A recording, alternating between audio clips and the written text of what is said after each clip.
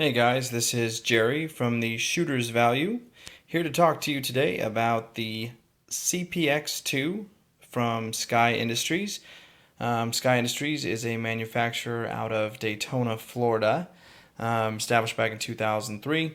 So it is an American-made firearm, which I appreciate. So let's kind of get into the gun here. The chamber and magazine are both empty. So we are dealing with an unloaded firearm. Kind of get into some of the features here.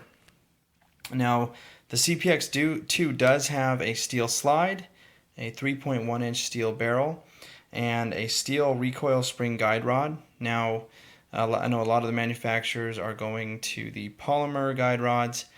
Personally, I just feel like steel is going to be a little bit more durable. I don't really think it's going to affect the day-to-day function, but I just do feel a little bit better about having a steel guide rod. The receiver is a Zytel polymer frame. It does have aircraft grade aluminum inside, which is held in place by two steel pins. So very, very solid feel to the gun when you're holding it. When I first picked this up, I was actually out at a place called Templar Firearms in Kuna, Idaho.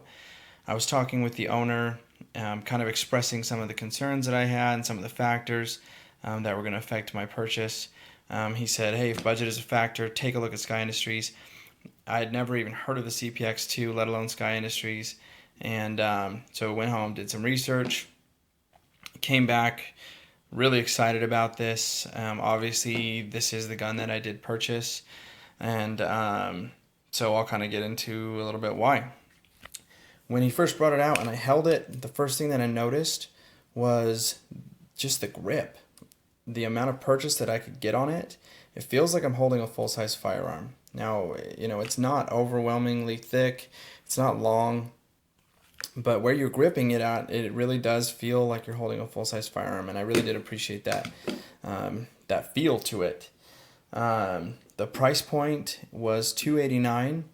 Now, I was a little bit skeptical at first when he told me that, because some of the other manufacturers, compact, concealable firearms that I was looking at, they were ranging from $350 to well in excess of $400. I was looking at the LC9 from Ruger, Smith & Wesson's Shield, and the Car CM9. I have a buddy that had one, really liked it, and but that price point was just it was not something I was going to be really comfortable with.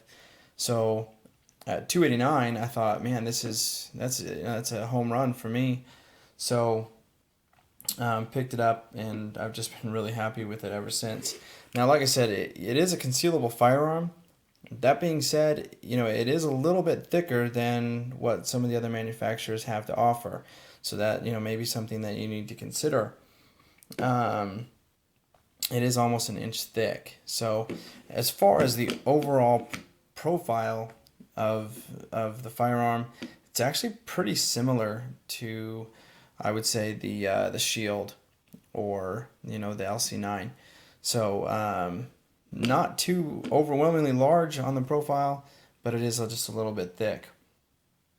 One of the benefits of that is this magazine. It has a 10 round double stack magazine, which the other firearms that I was looking at had 7 round magazines plus one in the chamber, so you're looking at 8 total rounds. With this, I get 11. Really, really pleased with that. 8 rounds is a good amount, but if I can have an extra 3 rounds, I'll take them. So if I ever need them, I'll be glad to have them. Reliability of the firearm, like I said, I bought this about 6 months ago. I've probably put about 750 rounds through it. No failures to feed or eject. Just she goes pang every time. The one thing that I will say is SCCY does recommend that you use brass cased ammunition only and avoid the steel case stuff. For some folks that may be a drawback. In reality, it's only about $1 a box price difference for a box of 50, I'll spend the extra buck and get the brass case stuff. I don't mind. But overall, the reliability of this has been awesome. There are some torture tests that you can find on YouTube where they throw it off of a barn, run it over with a car, fire it out into space, all these things. It kind of speaks for itself. So, if you're interested in that, go check out some of those videos. One of the drawbacks, and it's not so much a defect of the gun or anything like that, is this trigger. It's just something that you have to kind of get used to. It has an 8.5 pound pull trigger, which I'm not against in any way. It doesn't have, like the CPX1 from SCCY has an ambidextrous safety, external safety. I kind of prefer to have a heavy trigger pull on a body gun like this. But what takes getting used to is the reset. It's way, way, way up there. So when I first got this and I took it out to the range and I was doing my follow-up shots, I would pull the trigger and go for my next shot and nothing would happen. And I found myself pulling the trigger 3 or 4 times before I could get it to reset.